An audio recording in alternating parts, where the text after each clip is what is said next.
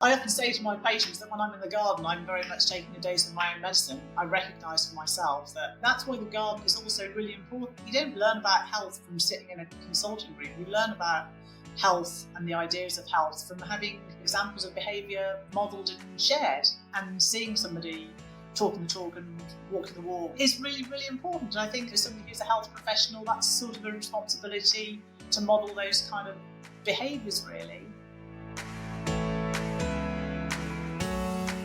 Welcome back to Make Movement Matter. Today's episode is called Movement, Medicine and Muddy Hands. As we all know only too well, the healthcare systems in many countries are under strain, as are many of those who work within them. I'm joined today by Susan Taheri, the gardening GP on Instagram, who felt this all too keenly in her own professional and personal life. But instead of leaving, she took stock and realised that one of her life's passions could actually help both her own life and that of her patients by planting something new, literally. Next to her practice in rural Devon in England, she decided to create a community garden. However, it's not just something to look at, it's also functional. It's a space for patients and doctors to spend time where patients come by to help in the garden, chat, connect and feel better. We talk about what led her to make this shift, how gardening is a beneficial movement in disguise, and why small practical changes can spark big ripple effects. This episode might give you a new lens on healthcare, gardening, and the benefits of small movements, or even give you some inspiration to get that idea started that you've been holding on to. Susan, you have developed a wonderful thing called the Growing Well Garden that we are going to come on to talk about. Tell me, before the Growing Well Garden came about, what your sort of situation was like as a GP and your sort of general lifestyle. Okay, so I've always had a love of gardening, and like many people, I can probably relate that to having a gardening grandparent, and that's probably one of my earliest memories. I see you nodding. Yes. So all of us have memories of a gardening grandparent who was maybe our earliest gardening inspiration, and that love of gardening was handed on from grandparents to child, my own mum, and then it was just inevitable that we kind of grew up with green fingers or green thumbs, depending on where you are in Europe. So that was something that I've kind of carried with me, and I've always recognised the huge benefit that has for my own well-being. And there came a kind of a moment really a few years ago where I started to kind of reflect more and more on the difficult situation that I faced as a GP. So there was a kind of a perfect storm really of chronic illness. And when we talk about chronic illness or chronic conditions, we mean the lifelong conditions like heart disease, lung disease, diabetes that patients often live with for many years, who don't have any cure, but kind of is a huge burden on people's health and on the health service. The kind of problems of social isolation and loneliness, which we know have a huge bearing on people's physical health as well as their emotional health.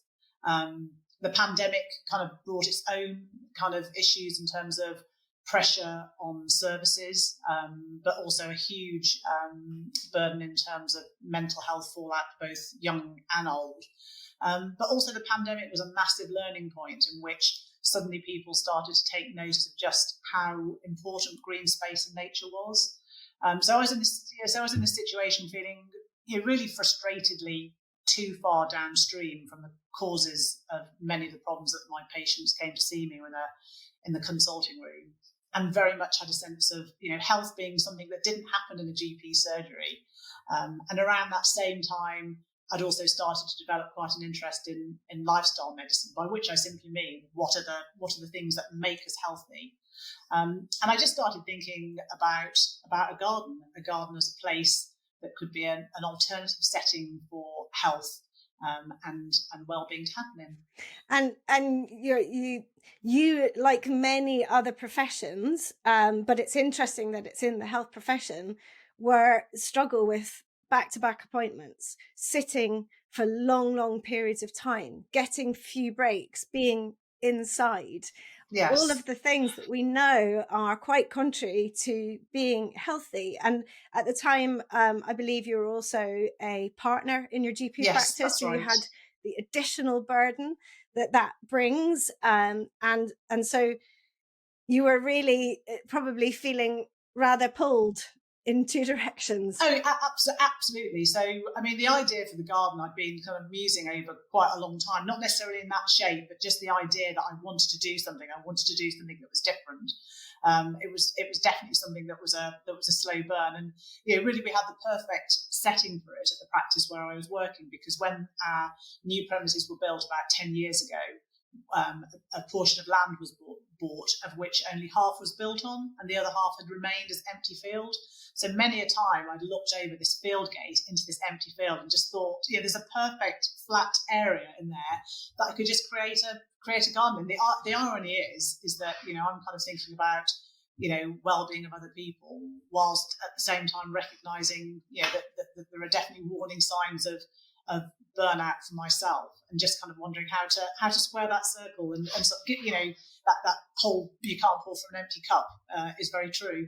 And just to, if you're happy to talk about, what were some of those signs? Because from my own experience, retrospectively, I could tell before I got into pain from looking back that I had lots of signs. And people talk about listen to your body and notice the signs, but it's actually quite hard to do that in reality unless you hear other people talking about it. So I'd love it if you could share some of those signs. Yeah, so I think for me, I think it was that recognition of it being hard to switch off, worrying a lot about the minutiae, not just of work, but lots of things. Everything became something that was something to worry about. I think in terms of day-to-day work, just a kind of a recognition really of kind of compassion fatigue. Yeah. That it's difficult to do a job that involves, but and the patients who saw me had every right to expect to see a doctor who was kind and caring and kind of and kind of compassionate, but recognizing that is something that gets harder and harder to do. I mean, in terms of physical symptoms, luckily, I didn't really experience a lot of physical symptoms. But that's also partly because I was in a fortunate situation to have lots of really good strategies in place. So I knew that diet was important. I knew that optimizing my sleep was important. I knew that having nature contact for me was hugely important, which again kind of comes back to why I kind of felt this was something I really wanted to share. I knew that, if I came back from work and did a couple of laps of the garden and went into the greenhouse, that was something that was just so soothing to my addled brain at the end of a day's work. But my husband says that I'm infinitely a nicer person to live with now, but because what we haven't said is that subsequently I did end up deciding as my 50th birthday present to give up my partnership. And then I took a sabbatical, which was the time during which I then sort of said, right, now I'm going to get this garden sorted. Amazing. And yes, not everyone has the ability to take a sabbatical, and we recognize that. But at the same time, it was such an important thing for you to do, obviously, because it made a shift. And I think the thing that I recognize in your story is that, which can happen to others, is you can get to a point where you are so burnt out, you had compassion fatigue, you couldn't help people in the way that you wanted to. And therefore people could naturally think, well, then you would just step back and you may see stopping as your only option. And yet you didn't. You saw, actually, it makes sense to just take stock, to take a breather. And sometimes a 2-week holiday can do that, quite frankly, when you just remove yourself, switch everything off, go out of contact and just literally sit with yourself for a while to notice what's important. And I love the fact that I bet you did a lot of that thinking in the garden, I'm sure. Oh, yeah, no, completely. It's and I don't think it's any, it's no coincidence that some of the greatest sort of philosophers in history have also been gardeners. That gardens are a place where kind of your brain is there are studies that show the different sort of neurological pathways that are hit that just allow your brain to go to a different sort of place. Where they talk about this thing called soft stimulation. So the colours and the textures and things challenge our brains in a very different way to the high tech sort of stimuli that most of our working lives expose us to, and it frees up kind of processes. It kind of helps the brain to sort of relax and process. Different things happen in our parasympathetic nervous system, which is the opposite the fight and flight state that most of our modern life puts us, into a state of. So yeah, magical things happen in kind of green space and nature. Yeah. Here. That's my reason for walking every day. That's for sure. Yeah, absolutely. The most underrated exercise in the world. Go to your front door, turn left or right, keep going. And not for long. That's not for long. What's so magical. It can be very quick. And like you were saying, just sort of doing a couple of laps of your garden.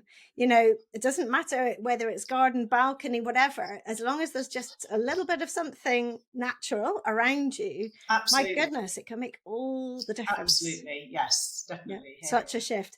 So at that point you thought, right, that little idea, that vision I've had is I'm going to grow that seed into something really big. So I presume you didn't do it single-handedly. What I'd love to know is, did you have any pushback about doing it? Or was it, were people behind you and were they able to, was it an easy ride to kick it off? During the period where he was still really recovering from that loss, he had said how much he'd like to be involved in something as a volunteer, sort of as a voluntary sort of project, or to do some volunteering. And so one evening he was having dinner with us, and I said, you know how you said you might quite like to do something to kind of help with voluntary project. How about?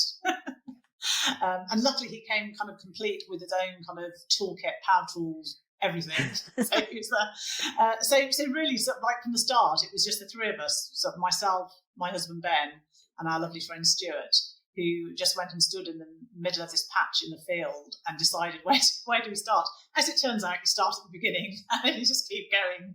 You decide where the starting point is, and you don't overthink it, and you just kind of divide it up into a series of little things that you're going to do. And we had a very simple plan to work from, and we decided we'll just keep going. And actually then along the way, once you've started, Stuart, our friend, kept saying, if we build it, they will come. And it's turned out to be our sort of unofficial motto, because sure enough, as time has gone on, a little sort of Pied Piper-like, we seem to have kind of brought in a kind of a band of people who are equally kind of passionate and interested in the idea of creating a garden as a place of healing and health.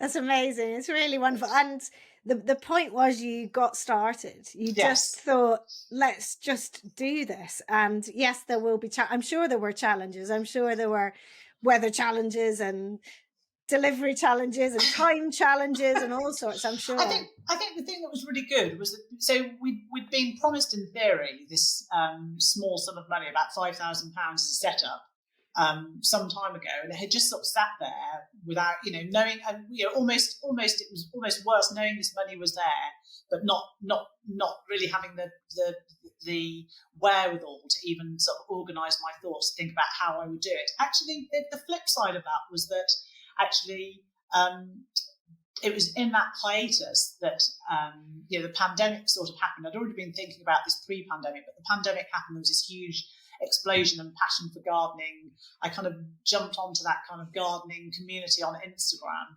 and actually ended up learning so much about setting up a garden, or how I might kind of go about it. Instagram met 2 or 3 people who were so generous with their time and ideas that actually once it got to 2022, it's like, right, now I know what I'm doing. I actually sort of think that I know how to go about doing this and how to start. So I'm a great believer, again, kind of it's a cliche, but kind of things happen at the time they're supposed to happen. And actually, although I'd had this idea, I think it just took that kind of perfect storm of events to bring me to be in the right place at the right time with the right headset. And to do it for the right reason as well at that point. Exactly. I think it was needed in you, and it was needed by them. Even though they didn't know it yet. I often say to my patients that when I'm in the garden, I'm very much taking a dose of my own medicine. I recognise for myself that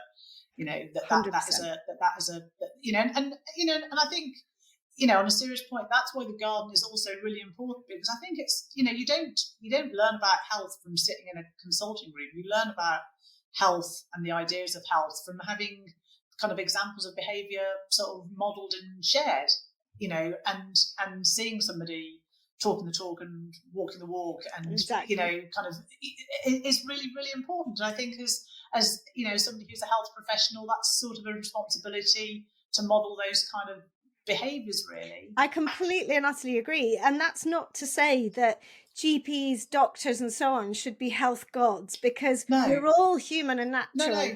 And it's like, I'm always talking about 80-20, Yes. Sometimes you need to have your cake. Sometimes you need to sit on your rear and just totally chill. And, there's lots of moments in life, but it's making sure the balance is right. Absolutely. But what's so inspiring about what you've done is exactly what you say, because when a patient sees that, not only do they sort of want to follow you, but they just must respect you so much more for it. And for example, you come out of a GP surgery and the GP stood there having a cigarette. It changes your viewpoint on that healthcare. Whereas what you're doing is it's not only about the walking the talk, but it's also the sort of sharing. So tell me a bit more about that, because obviously what the garden offers. Let's talk about how the garden works, because to give people an understanding of how it's now used in practice, now that it's been built and it's flourishing, so that we can then talk a bit more about that sort of connection and conversation that happens there. So essentially, just so people have got an image, we're not talking about some fancy Chelsea, squillion $1,000, dollar pound budget for this garden. What we've created, we've done for probably well under £10,000, and begged, borrowed. Just use the materials we can get donated.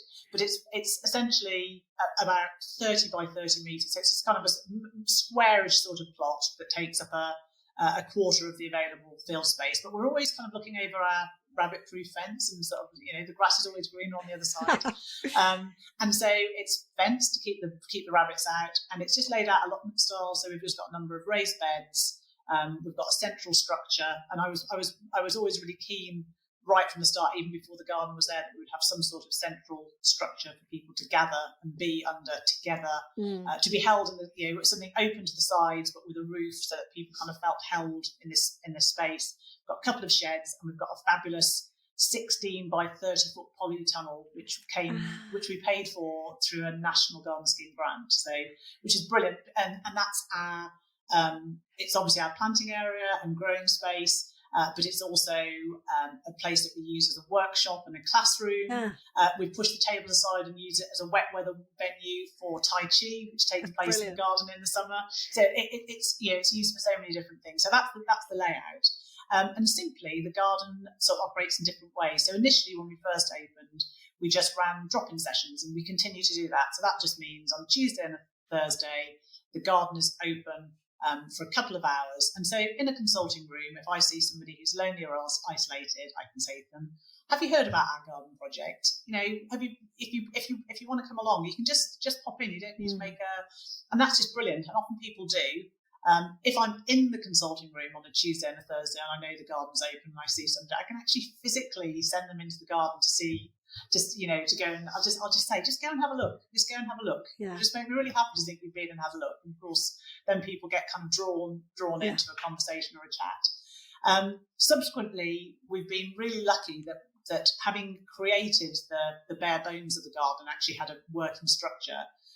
In September 23, I was able to get some additional funding through the NHS. So there's a system now which some of people who are listening to this may well be aware of, but others not, called social prescribing. So social prescribers, they're sometimes called link workers, they're sometimes called health coaches. And there's now central NHS funding which gets devolved down to GP practices. And one of the things that GP surgeons are allowed to employ using that budget are social prescribers. And the idea of social prescribers is that they sit at that interface of the psychosocial things that impact on health. So things like debt, housing, loneliness, isolation. And so I just put in a business case to say, well, we've got this garden. I'd really like you to allocate some of the social prescribing budget so that we can have a dedicated social prescriber, garden link worker, who's just a growing well garden figure, and so just right on cue. In that, if we build it, they will come. I got contacted by this amazing woman called Emma, who's an NHS midwife of 30 years experience, who's done the most extraordinary things. She's worked for Médecins Sans Frontières and just done all these incredible sort of things in war zones. Anyway, she got in touch with a story that sounded very familiar. I'm burnt out. I'm leaving midwifery. I'm actually just about to go and retrain in horticulture, and I heard about your project. It's like, Emma, you are like a job. Gift. Yes, you're amazing. So now we've got this amazing situation where now I have this amazing sort of woman working with me who not only kind of gets the whole idea of gardening and is a passionate gardener and grower, but she's got this background as a health worker of such massive experience. And so she now kind of facilitates the one-to-one sessions along with me. On a Tuesday, that's my garden morning. I'm always in the garden on a Tuesday morning. But Emma also has the ability to see people sort of one-to-one. So as a GP, I can refer to her directly. She gets referrals from other GPs and other members of the healthcare team. So if there are individuals who, for whatever reason, aren't quite ready to come to drop-in sessions, they can have a few one-to-one sort of sessions with Emma on their own in the garden, and then kind of graduate to the drop-in sessions. That's amazing. And along the way, we're just kind of just gathering this lovely little kind of community of people who kind of come and go and drop in and drop out. It's lovely. It feels like such a satisfying thing to be part of. Like, it just makes me so happy to see it in action.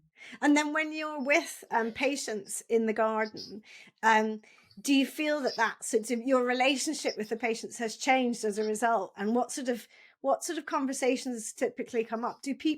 Are people more able to open up in a different way than they would do in the consulting room? Yeah, I think they are. There's something about being alongside. I think, and that's something that parents always recognise, that kind of conversation you have with your child in the back of the car, or the person sort of next to you in the seat, or when you're walking. Those side by side conversations are much easier. But I think fundamentally for me as a GP, what I wanted to do was try and just take down this idea of a barrier, that somehow as a doctor I'm different. And yes, you have to, there has to be a kind of a sort of a little degree of separation. But I kind of, in the garden, it's my first name. I'm Susan. I'm not Dr. Taheri, and I hope that kind of makes me sort of approachable. And I'm happy to talk to patients in an informal way about kind of health concerns. And we talk in general about kind of health and the things that are important for health, and and I can signpost people who it's more appropriate they come and see me in the surgery to come and see me in a more traditional appointment, and hopefully that makes it a little less daunting because we've had previous contact elsewhere. So so one of the things I was interested to know was how would things be different if I met my patients in the garden rather than a consulting room. And I think it works both ways. And the feedback we get from patients who come into the garden is that they like that. They kind of quite like it. I'm sure, and it's much less sort of intimidating. There's something potentially quite difficult about coming into a consulting room, sitting there, and although the focus is on you and that's really important, it can be quite intense. And obviously, there's so many issues where there's a sort of a deeper level that you need to get to. That's very hard to get to in a 10-15 minute appointment in a more clinical setting. And yet, if it can bubble up in its own time, exactly outside, even the acoustics are different. Let's face it, there's something more sort of gentle about it. No, it's really wonderful. Just taking a quick pause because I want to tell you about a new offer exclusively for listeners of this podcast. If you'd like to improve your mobility, strength, and learn more about moving well in daily life now and to train for your 90s, come and move with me in the Reclaim Movement membership. There's weekly live coaching in term time with hundreds of replays available, as well as hordes of 5 and 10 minute mini movement videos to follow throughout your day. I'm offering you a 15% discount on your first month's membership on top of the 7-day free trial. Go to reclaimmovement.co.uk/membership to create your account and quote the code podcast15. Let's move together to feel better and keep doing all the things you love. Are there any specific examples, not naming people's names clearly, of anyone that you've worked with who has used the garden but sort of surprised themselves that they found the benefit from it? Because I bet there's a lot of people who are not kind of quite sure initially. Yeah, I think so. I think some of the the greatest sort of success stories of people who've got kind of significant kind of mental health challenges and anxiety. Yeah. And we've got one lovely chap who's kind of coming, who's been a regular, and sometimes he drops out for a little bit, and then Emma's always on his case and kind of just does a few more does a one-to-one session with him, and then he's back. And by his own admission, he finds it so hard to be relaxed in a group of people. But he said to me the other day, the garden just feels like such a safe place. When I'm not here, I think about being here and what it's like being here. I look forward to coming. I look forward to coming, and it's such an important thing. So, and obviously feels welcome, but also wanted, and that you've got a place there, and that's and it's a funny thing because doctor surgery, you don't want to be going to a doctor surgery too often and annoying in those situations. That's what you perhaps feel. And yet this is the perfect environment where, you're wanted, you're actually needed. Yeah. And then, and I think that's the thing that, going back to that whole challenge of being a doctor, when I see people who are lacking connection or meaning or feeling like they've got a sense of purpose, there is no pill I can prescribe somebody. There is no pill I can prescribe that is going to, that is going to help with that. Whereas now to have this practical solution is literally of a garden in a field, just literally next door to the practice, to be able to say, come on, we've got this garden project. You don't even have to and so what I'd really like to see and what we're kind of moving towards is that now that we have a place, the garden then becomes a place where other things can happen. So I really like the idea of having exercise classes or having art classes. To say we've already got our Tai Chi that happens, but the fact that maybe setting up some form of men in sheds type project. But so now the garden is just a space where other things can now happen. Whether you like to garden or not, few people can wouldn't be moved by the beauty of seeing some flowers or things growing or just sitting in a space that feels sort of peaceful. You don't have to want to pick up a trowel and go and do any actual stuff. I'm thinking of gardening competitions. I'm thinking of art, things where people host community. The ideas bubble up. Because and everything that you would normally have in a village hall can be there in a because garden. You've got the polytunnel if it's wet, and but then you've got a beautiful open space where, quite frankly, win-win because you're outside as well. No, completely, and that and it's funny because actually you were saying earlier on about the barriers to the garden. Actually, all of the arguments when I was kind of trying to sort of persuade people this is what I wanted to do, all of the arguments were, what are you going to do about water? There's no water there. Well, the local farmer just connected us to the borehole. Well, there's no power. We don't need power. I mean, what do we need power for? If we need to use tools, we'll just use battery tools or sort of petrol strimmer. Gone. Well, next. What's your next? I don't know. And all of everything was sort of so abstract. But the thing is, there is actually a physical thing there, and it's much easier to argue against a concept.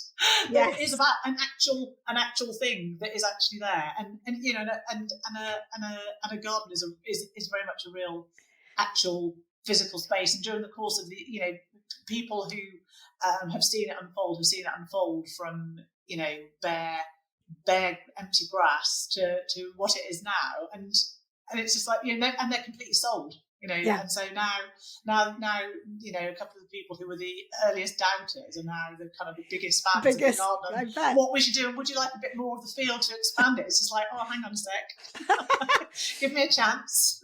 I'll take a sabbatical. I think as humans, we're really good at thinking of the barriers first. Yes. And I think that comes sort of from a slight innate fear of difference, of something being a challenge, all of that, and that's essentially to keep us safe. Of course it is. And so it does make sense, but the wonderful thing is that you pushed past that. This idea that the brain is sometimes like an over-helpful friend, just trying to keep you out of trouble, just trying to keep you out of danger, just trying to keep you safe. Just listen to me. I won't let anything bad happen. And actually, I think sometimes just having that awareness that is the way we've evolved can be incredibly powerful. That's just the way, and there was an advantage to that. When we were about to be trampled by a mammoth stampede, it was kind of quite good to have this little voice in your head, telling you to exercise caution. But now not so much, in some of the situations that those tendencies still kind of exert themselves. And obviously the thing that I love about gardening and being outside is obviously that it brings in this lovely natural connection to just moving. Yes. Moving more. It makes you, people have heard me say it before, it makes you get into different shapes. It makes you crouch down and up. So I'd love to hear a bit about anyone that you've suggested to go there who has had more physical issues, more restricted mobility or anything, and whether you've seen anyone be able to sort of push past that. Because sometimes I think that the best way to get people moving is to get them thinking about the thing they want to do, or the thing they want to keep doing, or the thing they love, whether it's playing with grandkids on the ground or, for example, outside having a picnic, being able to stand up quite happily on your own and move around and sit comfortably there. All these things that sort of seem quite low level, particularly when we're younger, but become more difficult often with age. So how you've talked about Tai Chi and you've talked about wanting other classes, but what about the sort of general movement in the garden? So all of the things that you say, the bending, the getting up from kneeling or kind of crouching, the sort of the balancing, the reaching, all of those kind of really functional movements that kind of carried out. And there are studies that support the fact that you see in older people who garden that there is that there is reduced falls risk, that there are mobility benefits that older adults who garden regularly take with them as part of healthy aging. So as an activity that has massive kind of health benefits, apparently the calorie effort of pushing a lawnmower is about 400 calories an hour, but I'm kind of less worried about that than the fact that, I was talking to somebody who's been using the garden for a while who really, like, whenever there's a job that involves wheelbarrowing, he is it. Like, he's sort of first in the queue to fill the barrow, and he gets out a puff. But I said to him the other day, have you noticed a sort of a difference in your breathing? He said, oh yeah. Just like, there's a small hill where I sort of try and go and walk normally, and I'd always get out of puff before I got to the top. And now I realise I can just keep going. And he said, it's brilliant. Yeah. And that's a chap in his late 40s who, hadn't, and that again, often what you find is that people's emotional states lead to kind of issues with their physical state. If somebody is kind of frightened and anxious, life shrinks in such a way, but it starts impacting on people's physical health. You can't sort of separate out the two.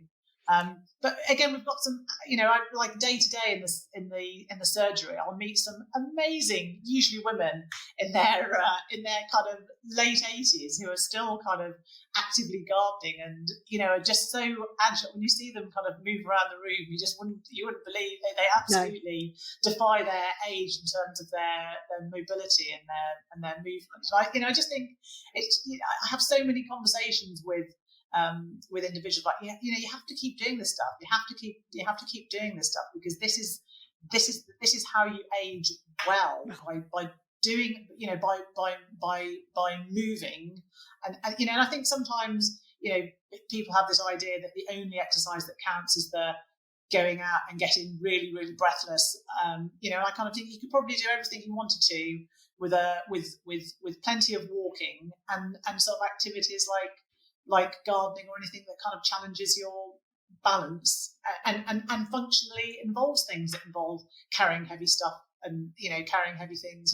Stone Age man didn't need to go to a gym and lift heavy stuff. The thought of because that was part of sort of lifestyle, but actually carrying a watering can between beds and doing kind of our borehole tap was at one far corner of the garden. So actually, if we're watering with watering cans, actually you do quite a lot of sort of shuttles with a full 10-litre watering can in each hand. That's a good farmer's carry with kind of 10 kilo of weight in each hand, and you know it by the time you've done that one a few times. Absolutely, yeah. Well, music to my ears, clearly. Excellent. Yeah, no, and it is that by having that sort of passion about something, and having to tend to your garden and having to get down. And obviously there's ways that you can do it if you are restricted. So that you know, lots of people, when their knees are tricky, will use knee pads to kneel down, or low stools and things to get down. Yeah, absolutely. And everything can be adapted. Everything can be adapted, but also you can work from there. So as long as you're moving onto and into and out of them regularly, you can amaze yourself at how much you can actually develop the strength. Because particularly, for example, take a low stool instead, because you're struggling to get down fully and kneel.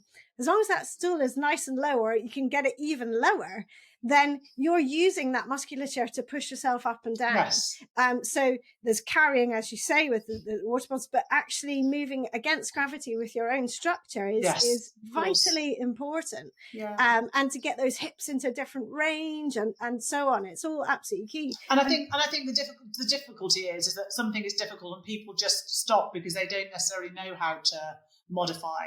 And that is really frustrating, because, you know, if something is difficult, that's all the more reason that you need to do it. If it's easy, then you're probably not getting the benefit, and you need to do something that's harder. But actually, if the simple act of standing up from a chair is challenging to you, that tells me that's something that you need to do it more. You know, you really do need to do it more, because if that's a problem when you're 60, that's not going to be something that's better by the time you're 80. And, you know, I often say to my patients, these are your muscles of independence. The muscles in your legs are the things that are going to see you sort of into a healthy sort of old age. And we know, you know, things like sit to stand and get up and go tests are really, you know, these tests that measure people's, you know, speed getting out of a chair, or, you know, walking out of a chair of a certain distance, are really important kind of predictors of, of health and healthy aging.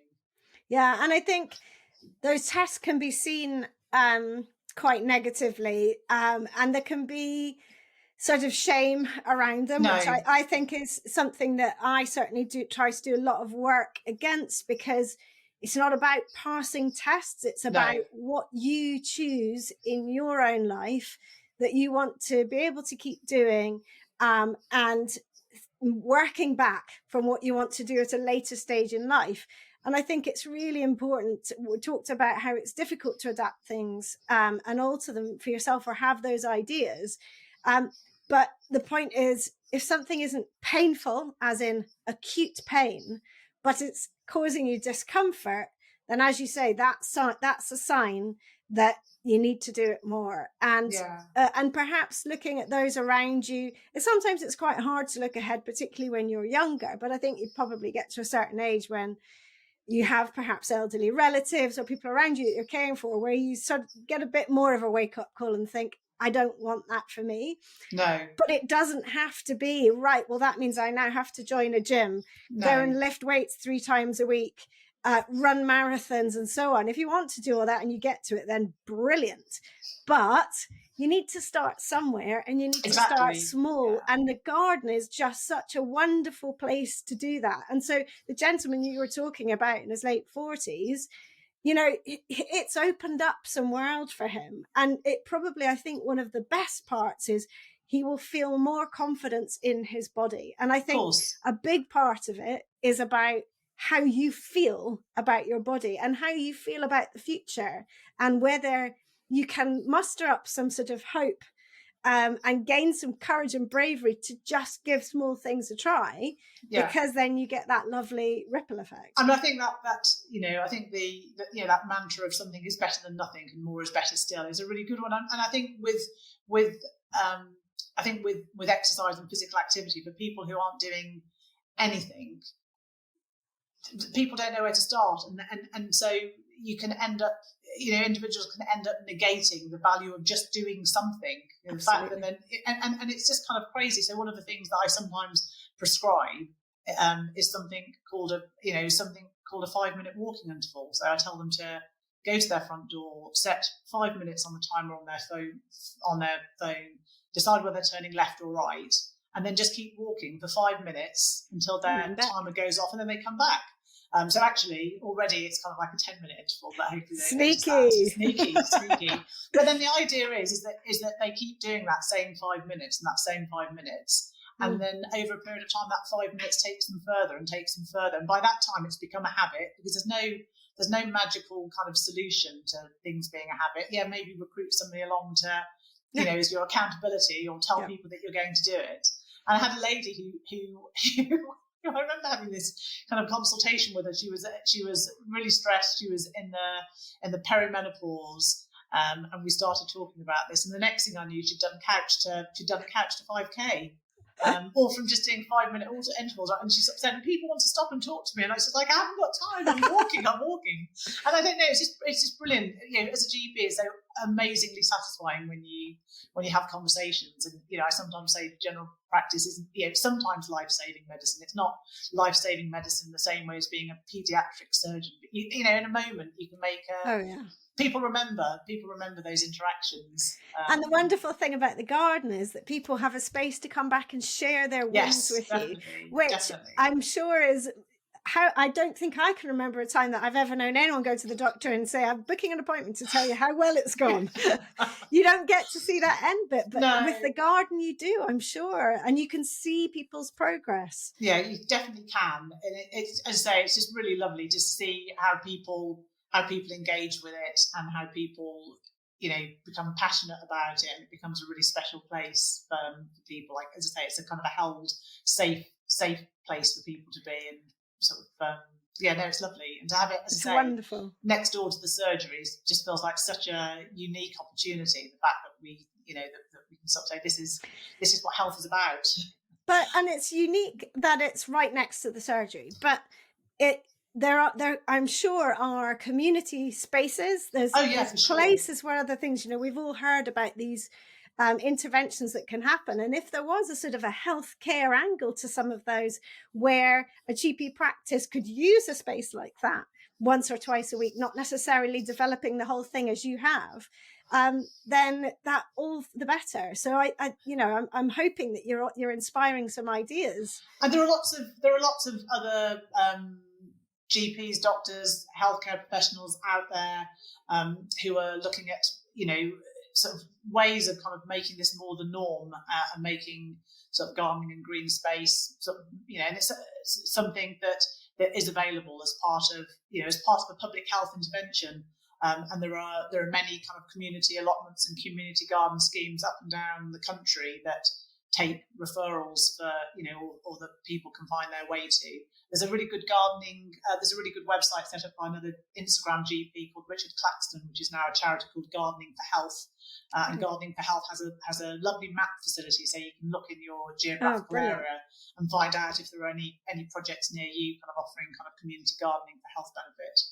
Oh, that's fantastic. You stole the words from my mouth. I was going to ask you if there is any such thing, because that's really useful for people to look up. I mean, these are the thing that I like is that it's about small local change. Yes. But in that kind of way that you've just described, it can then ripple through. And obviously with our ability to be so in contact with each other and share these stories, definitely, that can then potentially make bigger shifts in healthcare.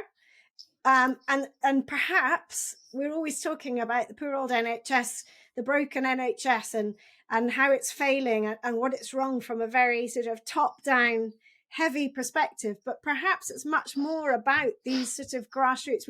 We've not talked about it today, but obviously there's things like Horatio's Garden in hospitals. Of course. There's so many other things, and it's not just about gardening, quite frankly. It's about, as you say, it's social prescribing potentially to people like me, where I can help people to move and build their confidence, and offering our services in that way. There's so many ways that healthcare can be assisted if we look at the small initiatives across and I think the whole land. And I think I sometimes just think that sometimes just feels like the more natural way to go. You can stand feeling utterly overwhelmed, or you can just make a decision to maybe just try and change something in your local area, or something that's very local to you, and create something. And actually sometimes maybe rather than this whole thing of having some big top down sort of project, that actually just going ahead and just doing something and just seeing how it works. But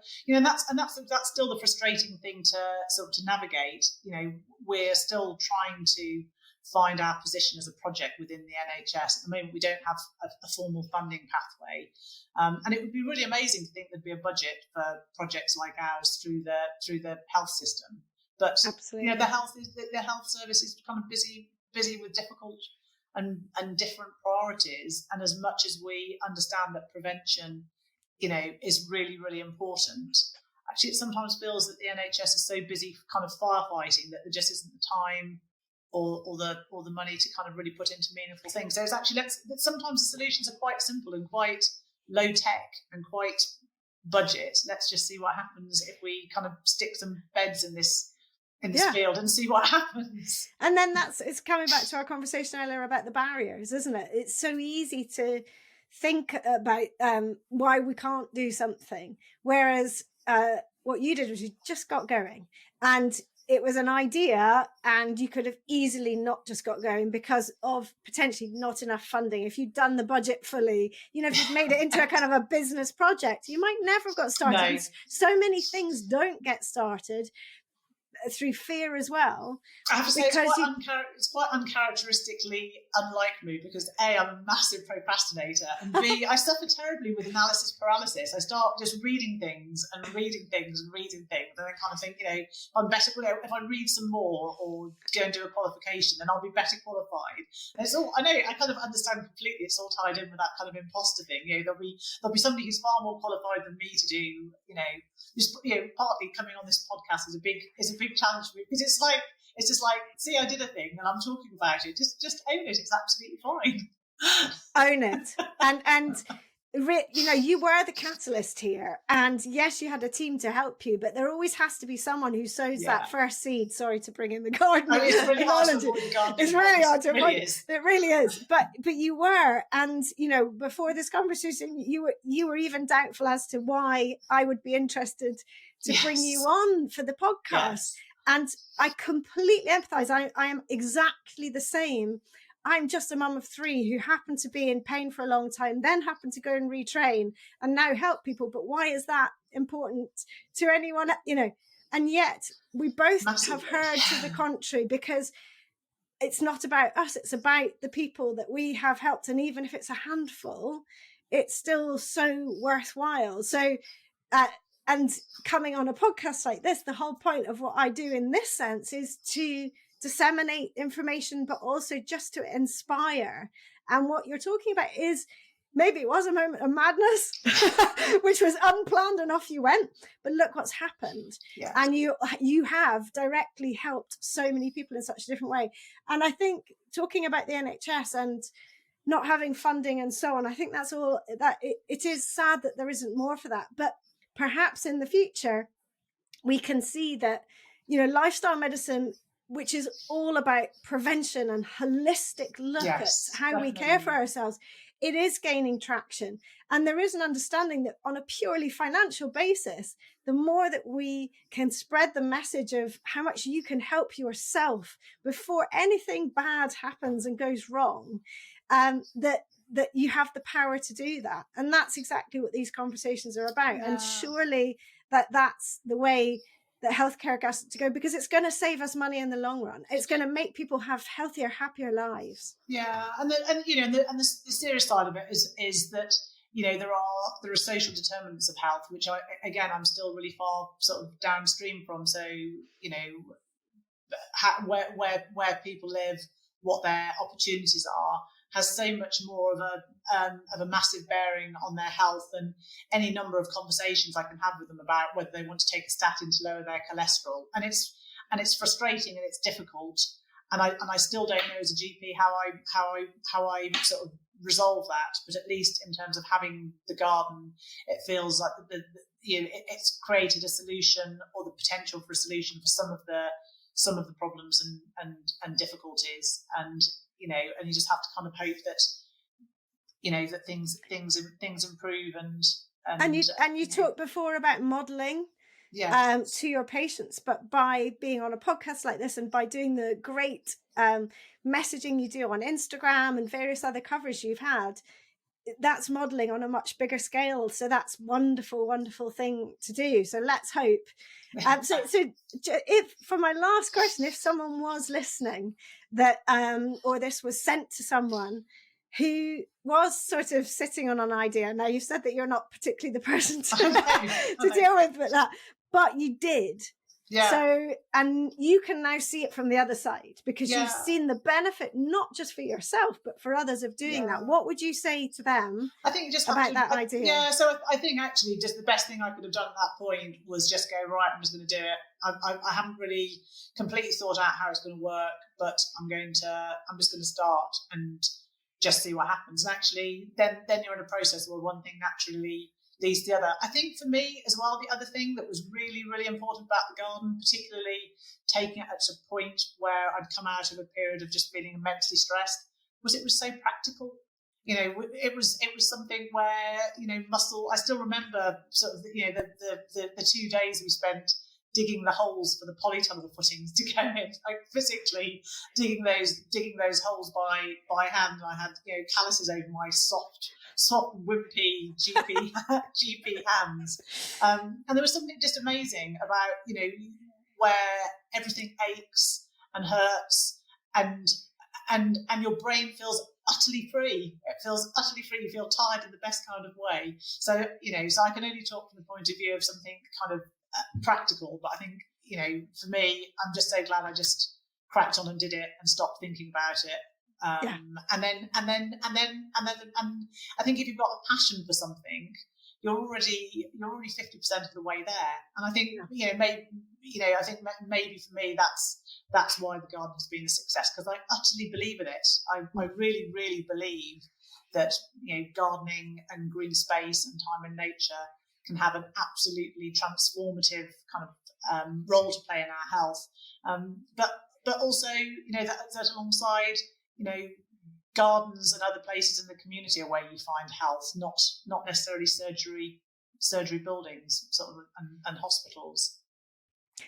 Wonderful. So true. I thoroughly agree. And thank you for doing what you've done, but also for coming on here and telling us about it, because it's been really, really interesting to hear about. It's been lovely connecting with you. Thank you very much. And I hope you've enjoyed it. I have, actually. Thank you very much indeed for inviting me, Wendy. It's really lovely to chat to you. Pleasure. I hope you've enjoyed listening, and if you have, you can help by doing 3 things. First, press the follow button to tell podcast platforms you want to listen again. Second, please give the show a 5-star rating and leave a review about why you liked it. And third, I'd love you to share it with friends and family or on your socials, for which I'm truly thankful. Finally, if this podcast is making you want to start reclaiming your own movement, join me in the Reclaim Movement membership for classes, both live and by replay, and countless videos of mini movement breaks to add into your daily life, covering practical and fun, important natural movements. Visit reclaimmovement.co.uk/membership to get started with your 7-day free trial. See you for the next episode, and thank you so much for listening.